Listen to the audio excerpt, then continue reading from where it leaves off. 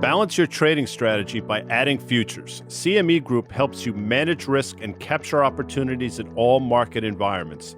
Capitalize on around-the-clock access to highly liquid global futures and options market across all major asset classes. Just visit your online broker and get started. Plug into valuable educational materials and trading tools and see what adding futures can do for you at cmegroup.com/on-the-tape. iConnections is the world's largest capital introduction platform in the alternative investment industry. They bring the asset management community together through a membership platform that lets allocators and managers meet and connect both physically and virtually. Over 3,000 allocators and 600 managers are part of the iConnections community, overseeing nearly $48 trillion and $16 trillion in assets, respectively. iConnections first came to our attention in 2020 during the first wave of the pandemic. That's when their first event, Funds for Food, became the largest virtual cap intro event in history. To date, they've donated nearly $2.5 million to charities. They are also the people behind the alternative investment industry's largest and most exciting in-person events. To find out more about iConnections events and members-only platform, visit iConnections.io. Ladies and gentlemen, welcome to 2023. This is the first On the Tape podcast of 2023, Dan Nathan. And what better guest to start the year off than the great Mike Wilson of Morgan Stanley. I am excited, of course, Danny Moses is along with us, the very pedestrian Danny Moses, final week of the NFL, Danny, as you know. But Mike, before we get started, this past weekend was some of the best college football that I've ever watched in my life. And I will tell you that University of Michigan Texas Christian Horned Frog game will go up as one of the top 5 games I've ever watched. I am certain you love the outcome of that game. Am I wrong? I like the second game better. No doubt. By the way, Georgia, Ohio State came out of nowhere. The Big Ten acquitted itself rather well, getting 2 teams in the top 4, yet both teams lost. Michigan starting the day off with a bit of a roll. The biggest surprise for me was how many points were scored in both games. It was insane. There was no defense being played, and that was remarkable to me. So, yeah, the 2 great college football games. Michigan took the short end of the first game, but you got to give it to TCU. Okay, so I'm leading you down the primrose path that you clearly don't want to go down. You are a 1989 graduate of the great school, the University of Michigan Wolverines, the Maize and Blue. I think that's what they call it. Is that correct? Proud to be a Michigan Wolverine. There we go. Hold on a second, Guy. That was Mealtime 89. That was a college basketball national championship. Am I correct, Mike? That is correct. National basketball championships in 89. We went to the Rose Bowl, though, as well in football. It was a good year to go out on. Good year. This January, we have a Friday the 13th. That's coming up to a theater near you. Stand by for that. But in October, we had an October the 14th, which was a Friday. And on that day, Mike Wilson, you who have been correct all through the year, turned tactically bullish, said the market could rally about 18%. Lo and behold, that's exactly what happened. You caught Danny Moses a bit off guard because he didn't know what to do that following Monday. But speak to us about not only that call, but how difficult it is to make a call like that in the seat that you sit in. Well, first of all, it's a lot easier to go tactically bullish than tactically bearish in my seat. So that's number one. Number two, it was a dangerous call because we definitely thought it was a bear market rally, and why mess around with that? Even my own team caught them off guard a little bit. They said, why are we doing this? And look, an 18% rally, which I thought was coming. If you can catch that, you got to catch it. That's right. In the fourth quarter. So what prescripted that call was 2 things. Number one, our call was becoming very, very consensus at that point. The buy-side clients were becoming actually more bearish than me, saying we're definitely going to go to 3,200. It's over, and it just became too consensus. That's number one. Number two, we had that CPI report, which was actually horrible. And the market opened gap down in that morning on, I think it was a Thursday morning. Mm-hmm. And then we made a 6% intraday rally, and that was beautiful price action right at the level we were looking for, the 200-week moving average. So it was like a technical strategist fantasy. It was like a perfect setup. So I said, if there's ever going to be one, this is it. We took a shot at it. And it worked, got going, got some momentum. We even put the price target out of 4,000, 4,150. And that's exactly where we traded, kind of 4,150 on the upside. And the reversal, though, call, that was harder to make because you were going into year end. Looked like we had some momentum. And I think I was on your show the night before, even talking about how I thought we could rally into year end. But then we got that crazy price action the other way off of a CPI that was better than expected. And I said, I got to go the other way now. So, Mike, you've been looking at markets since the early 90s, and it only seemed like bottom left, upper right for a large part of the 90s. But we remember, especially the back half, it wasn't like that. We had some tremendous years of returns in the S&P 500, but there were some huge peak to trough drawdowns. And so if you were long short, it provided a tremendous amount of opportunity. So my question to you here is like the S&P in 2022, it was about as difficult as an environment if you think about it from a rate standpoint. You think about the volatility in commodities and FX and almost every other major risk asset. The S&P only closed down 20% on the year. And we just talked about a tactical trading rally that you called that was 18%. We had one earlier in the year from the mid-June lows to the August highs in the middle of that month, about the same. So talk to me a little bit about where you think the S&P is right now. Like give it a scorecard for 2022. And again, I think you're calling for much lower lows. When you were on Fast Money a couple of weeks ago, you had a base case scenario where you get back maybe to 3,200 or something in the S&P 500. But again, the whole crux of this question is not in a straight line here, right? And so how do we do it? Yeah, I mean, look, the bear market's not over because we haven't really priced the earnings degradation that we foresee or the risk of an economic recession, which is increasing seemingly every day. The other variable I want to throw into the cauldron now, which is a change for me, 6 weeks ago, I would have thought the Fed was probably going to pause at the end of this next rate hike and then probably cut as soon as we saw the eyes of the recession, if we get one, like a labor cycle.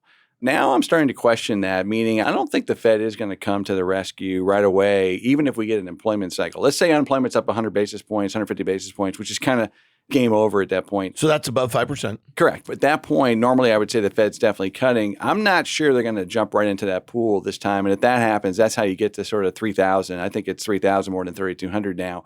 So I think the market has done a really good job, very efficiently, of pricing in the Fed. The Fed pivoted quickly in January of last year with the minutes and then got pretty hawkish pretty quick and have surprised everybody, including myself, in terms of how hawkish they've been.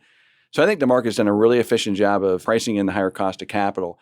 But it still is being a bit complacent around what's the impact of that on growth. And oh, by the way, what's the impact of the pandemic on growth, meaning payback and demand, all the things that the Microsoft CEO was talking about this week, as well as the effects of the Fed hikes themselves. What's that going to do to growth next year on margins and profitability?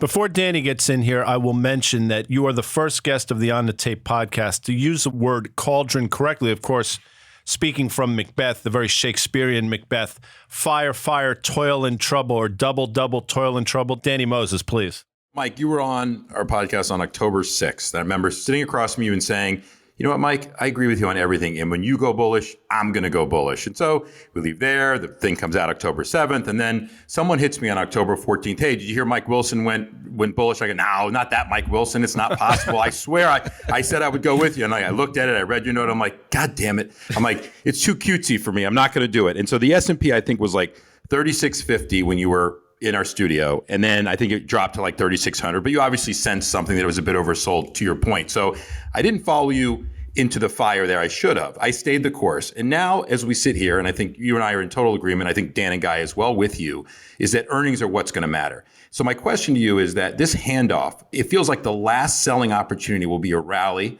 when the Fed finally does officially send the signal that they're going to pivot. Because to me, then it's like, okay, the Fed's a sideshow for me at this point. Earnings are what's going to drive it. I know you just alluded to it, but can you just talk about that little time period? How are we going to trade that kind of handoff?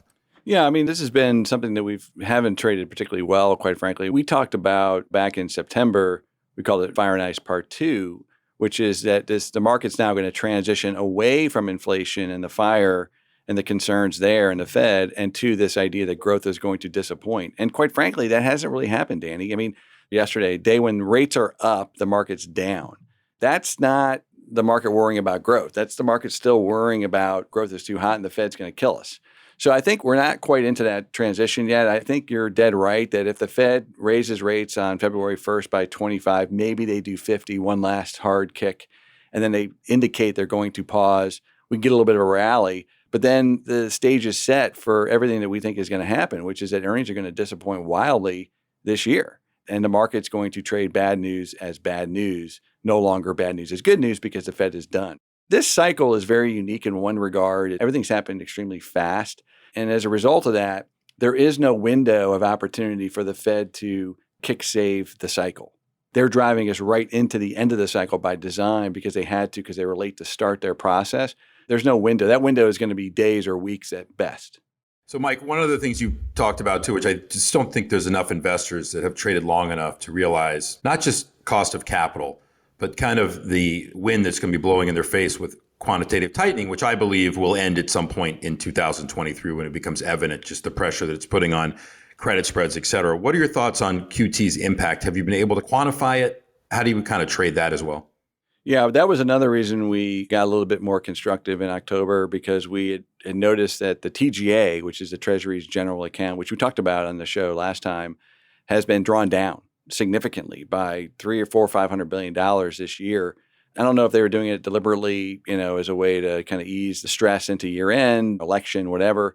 But that's an offset, quite frankly, to QT. The other offset has been the repo operations, and that has been extremely active. So those two, you got to combine all three. When you look at all three, it was pretty amazing. The rate of change, and when you add all those three up, was actually quite positive from basically October 13th through early December. And then the year end ended poorly because those three combined turned into a net drag again. And I think that's going to continue. Our math suggests the TGA can't be drawn down any further. The reverse repo now is going the other way, and that's a draw on capital. And the Fed is going to remain doing QT of some form. So the liquidity picture is going to deteriorate into the spring. And then eventually, I agree with you, they'll stop because they have to. So back in October, mid-October, again, the S&P was 3650. You made that tactical bullish call, and you got a lot of pushback, you said. So you got a lot of pushback from your clients who are really happy for you to be articulating a bearish view all year long. You probably got a lot of them involved or got them to take some money off the table, let's say earlier in the year, but they pushed back really hard. We go to 4,000. Here we are. We're just above 3,800 here. So where are those clients now? We're talking about big money clients. We're talking about mutual funds. We're talking about pension funds. Yeah, so that's the other thing that changed in December too, is that the pervasive bearishness that we felt in October, by the time we got to December, the majority of clients now were saying we're not going to make new lows. And they were talking about a year-end rally and trying to play it. So the positioning changed. Now, it didn't change dramatically to the way that they weren't nearly as long as they were earlier in the year, but they had definitely either been forced to take out the shorts or been forced to take on more beta risk. And they were definitely in the mindset that 3,600 was good enough. Here's where I get the most concern now is that our call, for better or worse, is consensus, right? It's that we're going to have a tough first half and then a better second half. However, when you actually talk to people, buy side and sell side people, when you get into the weeds on that, they're not that bearish. They're not really saying it's that painful. What they're saying is we're going to go back and test the lows of 3,600 and then we're going to rally back to 4,000 or 4,200 or whatever their number is for year end. And so people are more interested in buying that retest than they are worried about protecting or making money on a real move to something like 3,000. I would say the number of people who think we're going to trade at 3,000 is a very small minority, less than 10% of people I talk to. Okay, maybe you guys are in that camp, but that's not consensus. So I think the trick here is understanding that the first half downside is going to be way worse than what people are anticipating. So there's going to be very little appetite to want to buy that. Hopefully, that's my hope, because then you can actually make some real money there. Other than your intelligence, the thing that sticks out to me is your humility. And I'm going to ask you a question, and I want a straight answer with this one. So we went from Shakespeare to Marv Albert. We're going to go back to Shakespeare, but I'm going to give you now Henry IV. Uneasy lies the head that wears the crown. And right now, Mike, you're wearing the crown out there in terms of the calls that you've made over the last couple of years. And I know that you know that intuitively. I also know that you realize the next call you make is going to be under the frickin' microscope and scrutinized to no end. So as you think about that, I know it's not going to change your work, but do you feel that type of pressure going into it? Well, that's why I'm retiring today. Stop it! Making news right here. No, I mean, look, it's nice of you to say that, but No. Yeah. It's not nice of me to say that. Yeah. It happens to be true. It's true to a degree. I appreciate that. And look, we wear that sort of responsibility, I would call it, as opposed to a crown, because not only are we sort of trying to service, institutional investors, professional investors, but we're servicing a lot of individual investors who really do need our help trying to navigate what is a very challenging environment. So one thing I do pride myself on, some people might not agree with the humility part, particularly my wife, but as far as the honesty, I will tell you how I feel. I'm never going to sugarcoat it. I'm never going to try and position a call so that maybe I can come out looking good in either outcome. And what I would say is that it won't change that. It won't change my process in terms of trying to deliver the honest truth of what our work is saying. Doesn't mean it's going to be right, but we're not going to pull punches on that. Hey, Mike, one thing you just mentioned, when you fight the tide, when everybody's one way, you kind of want to go the other. What's interesting to me is the majority of strategists and people out there say, yep, we're going to have a recession. Yet, I don't think they realize what that really means. They say it like, oh yeah, we're gonna have some type of recession. How do you translate a recession kind of to the stock market when it may occur? Because it's always backwards looking. How do you kind of jibe that? Well, look, Danny, I mean, you said it perfectly. That was kind of what I was trying to say earlier, but you don't say things like that flippantly when you're managing risk. You don't just say, hey, we're going to have a recession. But that is exactly what I hear out there. It's like people, oh, this is the most predicted recession ever, so it must be priced. Let me be clear about this, okay? When recessions hit, bad stuff happens, like weird stuff happens. And Danny, you know this better than anybody. Balance sheet stuff happens that you don't predict, right? That price goes to a place you never would expect. And that's why I feel like the downside is pretty easy, 3,000, because 3,000 is not even really a severe price level. It's basically 16, 15 times $200, which is, I think, a very doable number this year on earnings. And you're at 180. I'm at 180 potentially. That's our bear case. Okay. But we're at 195 base. But like, okay, 15, 16 times, that's not even cheap. Yeah. In a rate environment at 375, 380. So we're big fans of David Rosenberg here too. Rosie, we call him, right? Rosie, we all call him Rosie. He had in his note this morning a comment that I think is really interesting. I'd love to get all of your take on it, but first, Mike Wilson. The equity market bulls yearning for the lows to happen in the stock market in the context of a recessionary bear phase need bond yields to come down first. Thoughts on that? I thought that was kind of really interesting. Yeah, and I think that's where my view has changed the most in the last 6 weeks or so, is that I thought we would get more rate relief already, and we're not getting it. And that's the part of the story where I think the bond market may have it right, where they're saying, hey, don't sugarcoat what the Fed is going to do here. Like, this is existential for them. So they're going to make sure they put out the fire, and they may stay at 4.5%, 5% longer once they get there than people appreciate. And that means you're not going to get relief at the back end, as David was suggesting. Yeah, it makes sense to me. And, one of the things that I thought, and I back into this a little bit differently, but I thought if we were to see the market sell off that obviously, Mike, you think is happening, I know Dan, Danny, and myself believe as well, you'll see a flight to quality in the form of the bond market, which should send yields lower. So I think a sell-off in the stock market, Dan, makes yields go lower, not yields going lower, making the stock. Now, man, that might be somewhat nuanced, but that's how I think we get there. Yeah. So the way I look at it is this. We're starting to see in various sectors the cream of the crop rise to the top as far as equities go, right? You're seeing the Bed Bath & Beyonds go by the wayside, the GameStops, all the meme stocks are just falling. People are going to gravitate there to quality. And there's a reason for that, obviously. The yield curve is telling us that we're going into recession. And to the point that Guy just made, and Mike, you kind of alluded to, and I agree with Rosie on this aspect, is that the 10-year yields, I think, will continue to go down over time as people realize, as long as the 2-year stays up. And the inversion's basically telling us that. So is the 60-40 have any chance of working, or maybe the 40 has a chance of working this year if you're out on the long end? Mike, what are your thoughts on that? Because I know you have to advise people on that. Yeah, I mean, that's been our call for this year, is that basically bonds are back, particularly as you go into the worst part of the slowdown next year. So I don't anticipate rates going to 5%, right? So like either way, it's a good carry trade. Whether you want to play that at the short end or the long end and take more duration risk, you can make that decision for yourself. But we think a barbell makes sense, having some duration risk for recession, because there should be some rally at the back end ultimately if a recession arrives. Urian Timmer came on the tape. One of the things that he said that I never really thought all that much about, and I'm sure it's true, he said, seldom, if ever, has the multiple troughed when earnings troughed. Now, I only mention that because David Tepper was on the network a couple of weeks ago, echoing a lot of the things that we've talked about, but basically stating what he was about to say at some point, which wound up being the case. And he said that in, I think, post-financial crisis, we actually saw the multiple for the S&P trade down to somewhere between 11 and 12. So your answer before about 3,000 not even being all that dramatic, there's facts behind that support that exactly right. People don't realize that the multiple can go significantly lower than we are now. So the way we get to the 3,000 target is not 15 times 200 because, as you rightly point out, you never make the low when earnings trough. You make the low with a lower with a trough multiple on your way to the trough in earnings. So we've been using the math of 13 times 200, we talked about this last time, 13 times 200 out, 220, which is 40% of the way from the peak to the trough.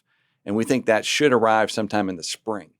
And I don't know what the moment of truth will be when you get to the 13 times, but it'll be some event that basically creates a little mini panic. Obviously, the last 3 or 4 recessions are pretty obvious. It was COVID, it was Lehman, then it was 9/11. Okay, this time around, it may be, and I've been thinking a lot about this, it may be that the Fed doesn't come to the rescue and the equity market has the quick heart attack. I almost had a heart attack yesterday listening to you on Bloomberg. You had some commentary about the tech sector. And again, for some of our listeners, Mike and I have known each other for 25 years. He was a, what do you call it, spry back in the late 90s? Spry is a good word. I don't know how to spell it. He was a tech sector specialist. So he was a guy who literally probably knew more on Morgan Stanley's entire equity desk than anyone else about tech. He was calling on a lot of fancy hedge funds, and that's how we got to know each other. I was the least of the fancy hedge funds.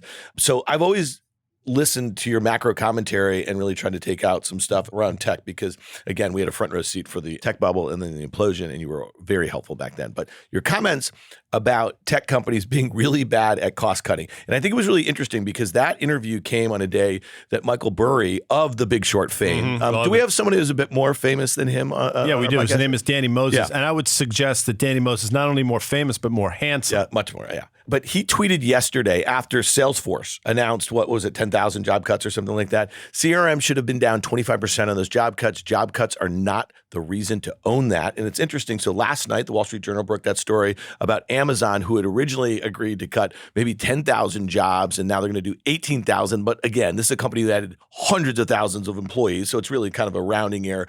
Talk to us a little bit about tech, because this is a week where, and guys said it on this podcast, going back to June when Microsoft pre-announced, remember that quarter? They said it was on FX, but really there was some other probably demand issues going on there too.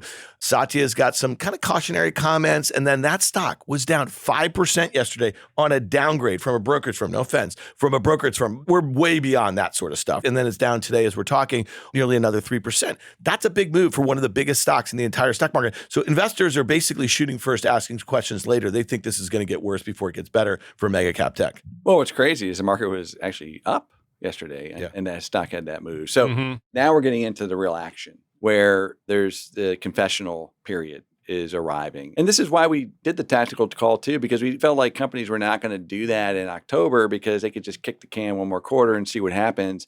But now you're staring down the barrel of 2023. You have to give some guidance on that. You might as well set the bar low. So this is where you clean house. You start doing that. And I agree with the comment from Michael Burry. I mean, it's sort of my thought process too. These are growth companies. Right? You don't want growth companies going into cost-cutting mode unless they're a value stock. And so when it gets cheap enough, then sure, that becomes a good idea, but that's not where we are. Well, let's talk about expectations because, again, our friend John Butters over there at FactSet in his Earnings Insight blog, he's talking about Q4 earnings. Analysts have cut them about 6.5% over the course of the quarter, and that's at a far greater percentage than the 5, 10, 20-year averages here. So are we going to run ourselves into a situation that if the stock market continues to go down into Q4 earnings at the end of this month, that maybe the guides aren't as bad, or maybe the companies don't have the same incentives? If Microsoft's trading at a new 2-year low, they might be a bit more careful about how aggressive they are to the downside with their guidance. Well, it's not just that, but I mean, like that's the pattern we've seen all year, which is that the market is sold off into the quarter. And then on the earnings, there was a relief rally because every quarter has been cutting numbers into the quarter. This has been the worst of the 4, but they've all been bad. So could we get a relief rally in sort of the market broadly into and when earnings start being reported? Yes. But don't forget this idea that this is the quarter where they got to guide 23. Okay. Nobody cares about this quarter or next quarter. They care about the year. And so every quarter for the last 3, there hasn't been any revisions to speak of on 2023 numbers. It's incredible, right? I mean, 23 numbers have barely come down, even though they've missed 4 quarters in a row because there's been no guidance. So that's your risk, I think, that's different this quarter versus the prior 2 or 3. And Mike, just to take it back to tech for a minute, these are, for the most part, growth stocks that are morphing back into value. And that's a painful transition. And that completely coincides with the whole idea of what is a trough multiple on the S&P. What's amazing to me, though, is how people use how much a stock is down from its highs as a reason to buy it versus looking at it on an absolute basis. And these are elephants, and that can be good and bad, meaning If things slow down at Microsoft, and I know they haven't really said that that was a downgrade per se, but they have said things along the way that growth is obviously slowing, but Amazon job cuts, Salesforce job cuts, et cetera. What is the bias, obviously, of the investor, and how do you tell them, forget about where it was? It never should have been there. Money was free then. How do you kind of burn back through the atmosphere on that? Well, I mean, some people have to just learn that the hard way. I mean, I learned it the hard way. I mean, I've been doing this 35 years. I mean, we've all had stories where like, I knew I should have sold it. I knew I should have sold it before, you're down 80%. It's like, oh, here we go. So yeah, just because the stock's down 50 doesn't mean it can't go down another 50. That's the magic of math. And we're working off a period of time. This is how we talk to our clients about it. I mean, not sophisticated clients, but the unsophisticated who own these stocks in size. They've owned them for 20 years and they've made a fortune and they don't want to sell them and pay the tax.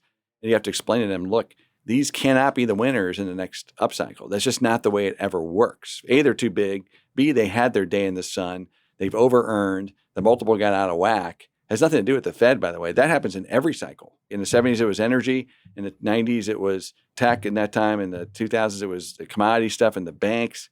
Okay, so now it's tech again. It's growth. So it's just the nature of the cycles and the way they work. The former winners can't be the next winners. Introducing event contracts from CME Group for individual investors who want a new, less complex way to trade some of the world's most recognized futures markets. They're smaller, lower cost, with predefined risk. Event contracts let you trade your views on daily up or down price moves in equities, gold, oil, and more. The markets you know and use every day. Take a position by choosing a side with event contracts from CME Group. Learn more at cmegroup.com/event contracts.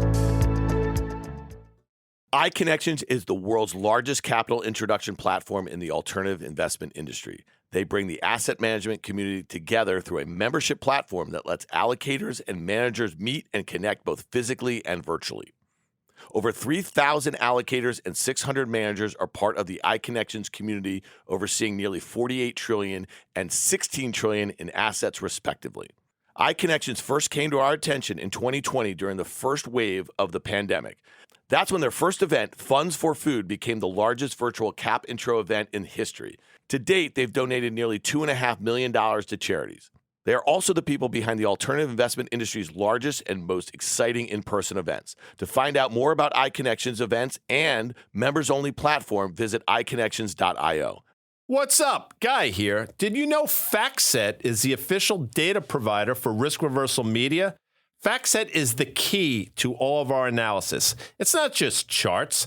FactSet provides insight into the top headlines of the day, private markets, and sector-specific data. If you ever have issues, get help from their support team that is committed to your success. Visit FactSet.com to experience the power of FactSet and request a free trial and unlock access to the tools that matter most to you. Since you mentioned sun, I'll go back to Shakespeare yet again, Dan Nathan. What light through yonder window breaks? It is the east, and Juliet is the sun, of course, from Shakespeare's Romeo and Juliet. So since you mentioned sun, what are the bright spots out here? There are some sectors that work in this environment. Yeah, there are. I mean, we've been defensively oriented all year, really since February or March of last year, and boring is beautiful. Healthcare was a sector that did really, really well last year. The pharma stocks, utilities have done well. REITs have picked their head up again with the rate move lower. I'm not sure that's going to survive if rates go back up, but for now they look okay. Staples have been great. Yeah, they're expensive, but I didn't hear anybody complaining about tech stocks being expensive when they were working. There's always something in the market that's working on a relative basis. Here's where it gets a little tougher because if the finishing move in a bear market typically is more democratic, it's going to be kind of everything. Because one thing that's happened, and if you observed this in the last 3 months, right? So the tech sector really blew up in the third quarter, the big FANG stocks, and the market was actually not even down. Remember, that's when we made our call because the money went into other sectors. So like industrials are crazy expensive now and up on a spike going potentially a recession, which seems kind of loony. And the reason why that's happening is because the money is not leaving the equity market. It's just sloshing around. But in the final move, in the final panic, the money leaves the market. And that's when it becomes more kind of home out. Correlations go to 1. I mean, listen, that was a huge story. It was a great market for traders last year. If you think about those rallies that we had one from mid-March, we had one from mid-October, we had one going back to the summer in mid-June. I'll just say this, though. Dan Loeb of Third Point, he tweeted this out. I think it was last week or something. It's like, said something about like those holding or clutching onto your rosaries and hoping for the leaders of the last bull cycle to lead us out. Don't hold your breath, I think was kind of the message in that tweet. But it's interesting because you just kind of echoed that a little bit, but you just also said that the rotation into industrials, into energy, because energy stocks had a huge rally off the lows in the summer, fall. I think if we were heading into a recession, I'd much rather go to those mega cap tech stocks. Guys got his rosaries. Those mega cap, I've known you for how long? Do you carry those every day? Since I've been in middle school.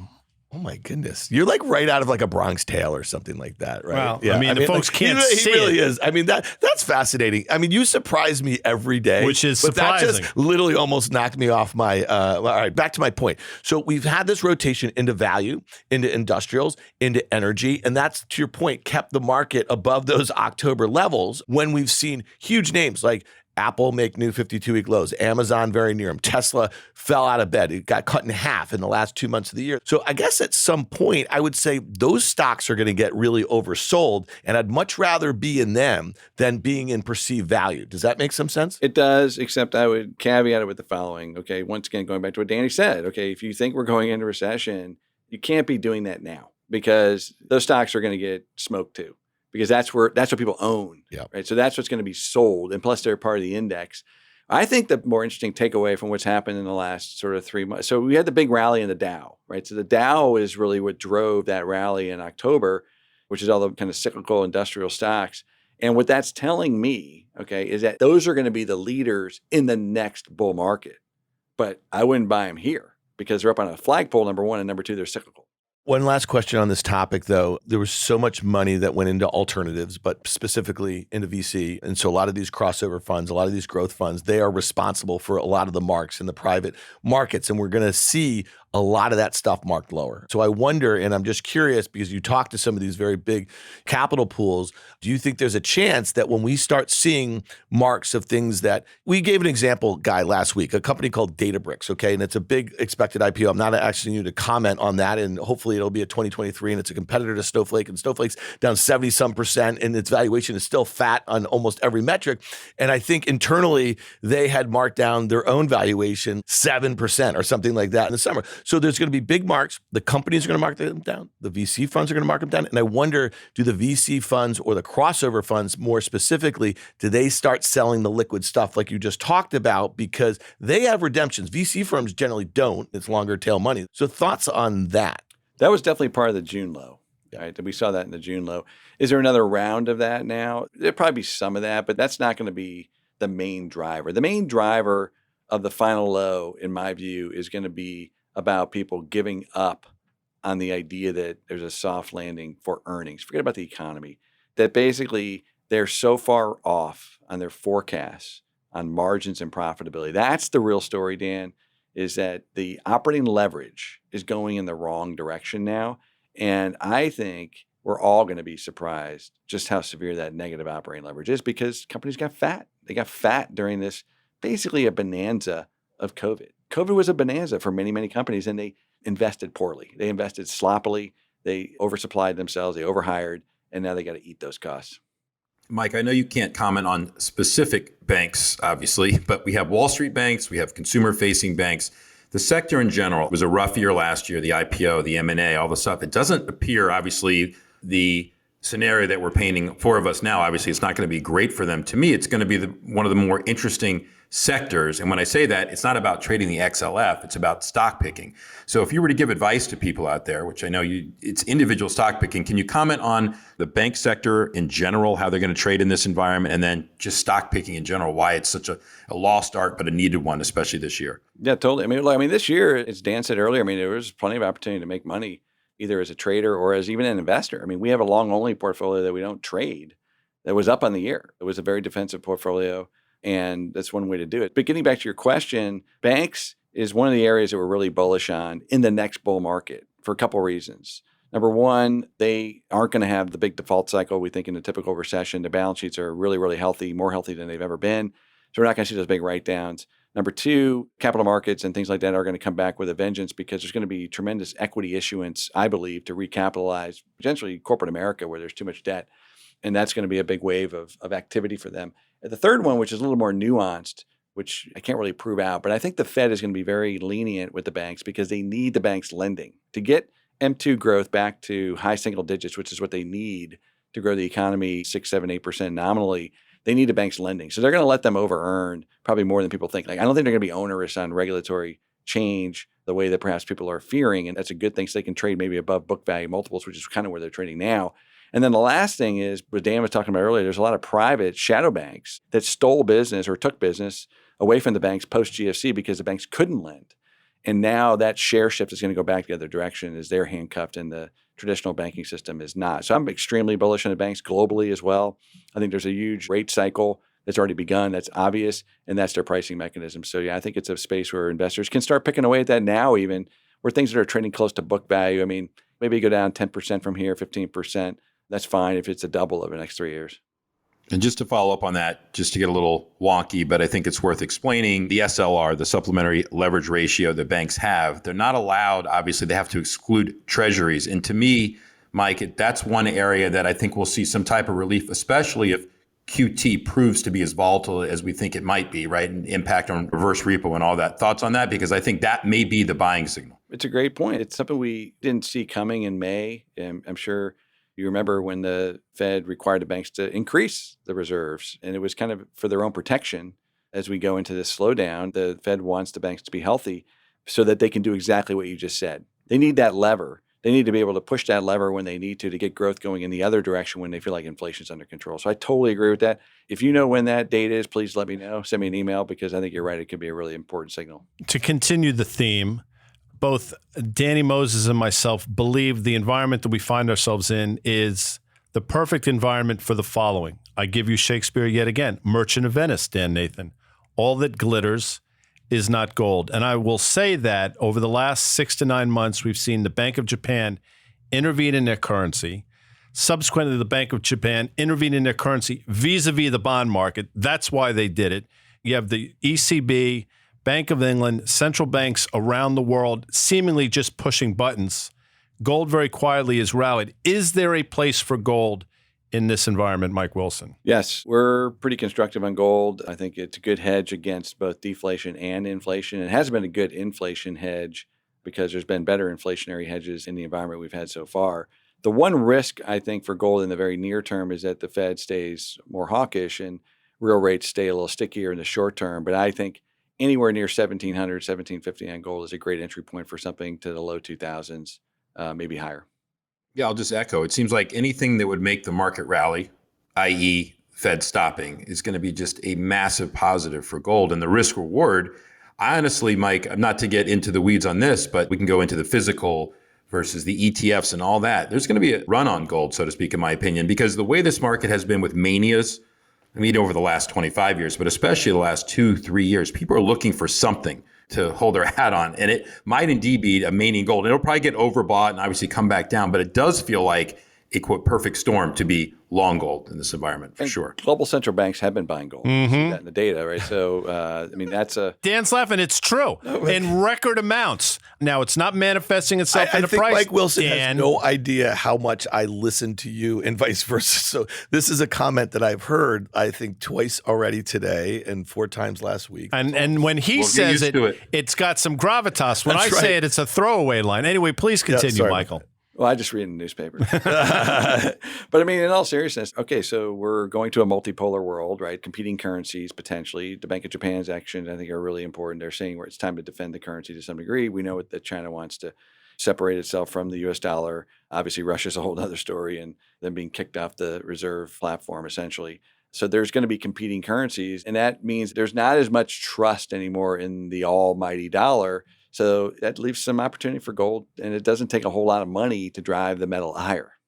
Anything out there from a geopolitical standpoint? Is there some sort of detente in the situation with Ukraine and Russia's invasion? Is there some sort of signaling from the Chinese that they are not going to be an aggressor towards Taiwan? Are there some things that could go right? Because we've talked about this a lot on the pod. I mean, last year was probably one of the first years we can remember in a long time where some geopolitical thing that people had on the bingo board really caused a lot of disruption. And we can all agree that COVID was a bit of a black swan. That was one, and Guy pointed that out in late 2021. I mean, we were talking about a lot of people didn't think there was a high likelihood that the Russians would invade Ukraine the way they did.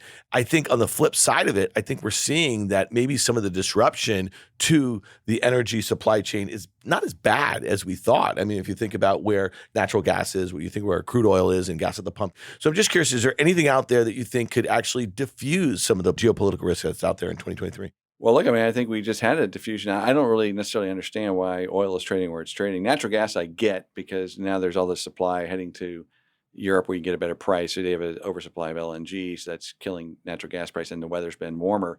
But oil is a weird one. I mean, what it tells you, and this is one of the things that I was talking to a lot of clients about in earlier last year. Everybody's like, well, you got to own energy. I said, well, I kind of like the materials better. And they said, well, why? Because there's latent supply in oil. I know there is. It's out there, and it will come to market if it can get there. And that's exactly what's happened. So Russia's obviously selling oil to China. Iran is back in the picture selling it to probably India as well. I mean, we know that oil is now coming out of these latent supplies that have been restricted. And that just tells me that we're not as short oil perhaps as some of the oil bulls have been talking about, which is a real positive. Like if you think about where oil prices are today and where gasoline prices are today, like if they hadn't come down, we probably would be in a recession. Like the consumer wouldn't have been able to take $5 gasoline through Christmas. So that's a real positive. And that's something that I didn't see coming. And that may be more sustainable than what we think.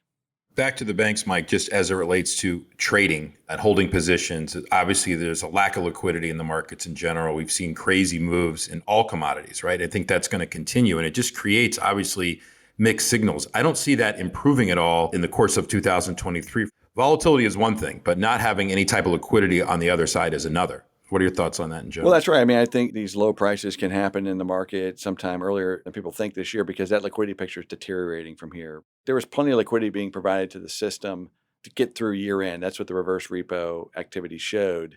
But, going forward, I don't think that liquidity availability is going to be as good. I mean, the Fed is committed now. The TGA has been drawn down. The repo operations are kind of maxed out. So yes, I think that's a big factor in why multiples can go easily to 13 times, some number on the way to 200. For a long time, and I'm not suggesting this is correct, by the way, this is just my belief. For a long time, there were business cycles, very understandable business cycles, and that's been alchemied out. So they're no longer business cycles. Now they're basically credit cycles manufactured by central banks. It changes your job. Does it make your job a little bit more difficult? Yeah, because there's the things you can't really measure exactly or analyze.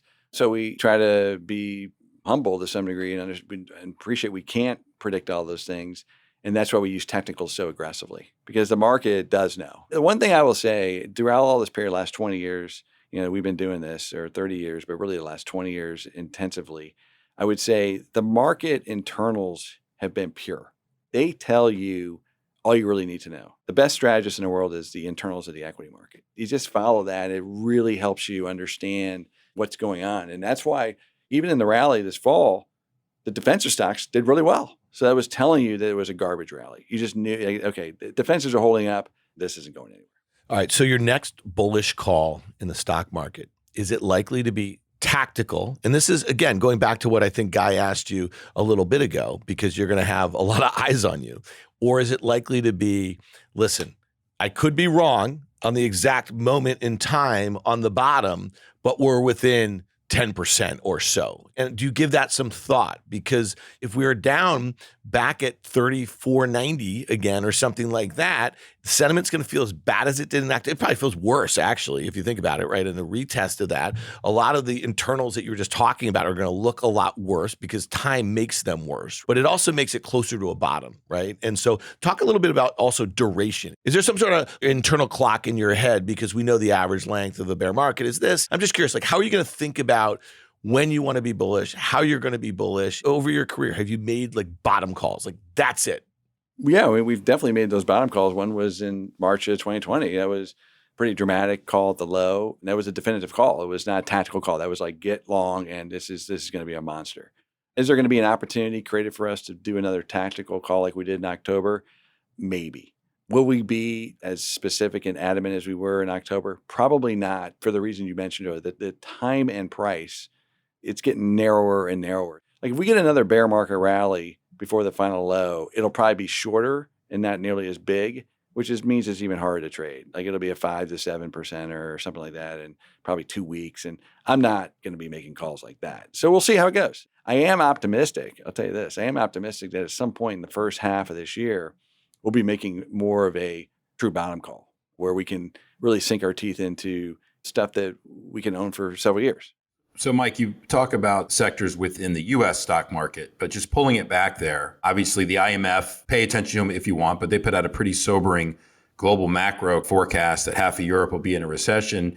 We've obviously seen China reopen. Is the U.S., though, in your opinion, on a relative basis, not an absolute basis, still the sexiest game in town? And with that, how do you trade the dollar and what is the U.S. dollar impact on that? How do we think about that? No, I mean, I think China is the easiest game in town right now from a stock market standpoint globally. I mean, that thing got totally bombed out this summer. People call it uninvestable. That's a great phrase to hear. And it was kind of uninvestable, but that's how bombs are made. And then, of course, the zero COVID policy ended kind of abruptly. I didn't expect it to be that quickly. And they're pushing out a lot of strings or even stimulating the real estate market now. So our guys in Asia made a great call on that. That has nothing to do with me, but they made a great call upgrading China and some of the Asian markets as well, Taiwan, and even Korea, kind of at the right spot. So I think those markets look better to me. The EM markets look better because of what you said at the end. The dollar topped. It's pretty clear to me the dollar is topped for two reasons. A, the Fed is much closer to the end, but other central banks are getting more hawkish incrementally, particularly the BOJ and even the ECB. So that helps the dollar come off. But the main reason the dollar topped is because the FANG stocks blew up. The money's leaving. All that money that chased into the U.S. went into those stocks globally, and now it's going out. And that will cause the dollar to come down on a relative basis. That drives EM. Yeah, and I encourage our listeners to go back. I think it was October 24th. It might have been the 21st when Alibaba traded down to 58 and change, closed that day at 63. I will tell you all day long, all I heard about was how uninvestable China was. And I'll tell you, because I happen to know for a fact, that was the balls low, Dan. Yeah, but again, it's trading versus investing. And if you think you just use multipolar world, we are in a bipolar world from here on out. And for all those people who think that 2023 might bring a shooting war between China and Taiwan that resembled something like, Russia and Ukraine, it's much more likely to be an economic war. We're much more likely to see a step up in the sort of sanctions and trade restrictions, and the list goes on. And I just think it's interesting that headline the other night that the Chinese are stopping some of the stimulus for their own chip industry at a time when we are giving massive incentives to our chip industry. So think about that capitalistic incentives for companies in really strategically important industries are beating out those in a communist country. I just think that sort of economic war really has the potential to make China uninvestable for U.S. citizens. Thoughts on that? I don't know if it's uninvestable. I think you just got to take it with a little bit different grain of salt. I mean, first of all, the cooperative relationship between China and the U.S. is over. This beautiful relationship where they produce our goods, then they buy our bonds and fund our ability to run our deficits, and we consume the stuff that they produce. I mean, that virtuous circle has been broken. Okay, now another cycle or circle will be created from that. I'm not in the business of predicting geopolitical events or warfare, as for sure. It's impossible for even experts to do that. I'm hopeful that won't happen. I think it's more of an economic war. I think we can be competitors without military conflict and without economic warfare that becomes destructive. I mean, that's my hope. Last year, Danny Moses was the Mike Wilson of NFL picks. I'm just putting it out there. It was unbelievable. This year, not so much. So, Mike, I'm going to ask you to stick around for this. You don't need to participate. But, Danny, as we've reached the final week of the National Football League, the league where they play for pay, and a league that finds you, again, either side of 500, it's fine. Give me some picks just to round out the year as we head into the playoffs. Playoffs, by the way, Danny, that the New York Football Giants find themselves in. Congrats to you. Thank you. And let me just say, while we were on this podcast, I saw news that Damar Hamlin was communicating. Amazing. I mean, it's truly, I got the chills when I read it. So that put, gambling on games, whatever, all on the back burner. So let me just start with that. That being said, I'm going to ride this mojo of these two teams this week. Oh, no. I don't care. They're going to play. I don't even care if I win. I just want to be a part of these two teams that went through so much and handled it. The teams themselves, I thought, incredibly well. Bills at home against the Pats. The Pats are toast. Everybody's turning on the quarterback. They're done. Effectively, the Bills and the Bengals had a bye week. Granted, it was an emotional roller coaster. I didn't want to try to predict that. But give me the Bills over the Pats -7. And then the Bengals, really, who knows what the tiebreakers are going to be, but in kind of not a must win, but a lot can happen if they win this over the Ravens, who without Lamar Jackson continue. So both teams are laying 7. I'm just going to ride the good mojo of both teams, and that's it. And I don't even care if I win because I'm just so happy Damar Hamlin's doing better. That's all I got, Guy. Amazing. I saw the same news, so thanks for bringing that up. And listen, we obviously wish him and his family nothing but the best. It sounds like he's absolutely turned the corner, which is extraordinarily encouraging. We started this with Shakespeare, Mike Wilson. We'll end it with Shakespeare because why not?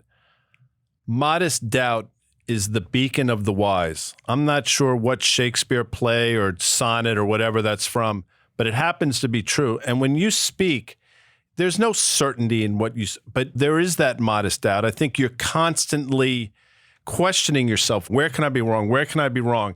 That comes through your work. And I think that's why, Mike, it's so thoughtful. And that's why Danny, and myself are so fortunate to have you on with us this first episode in 2023 of On the Tape.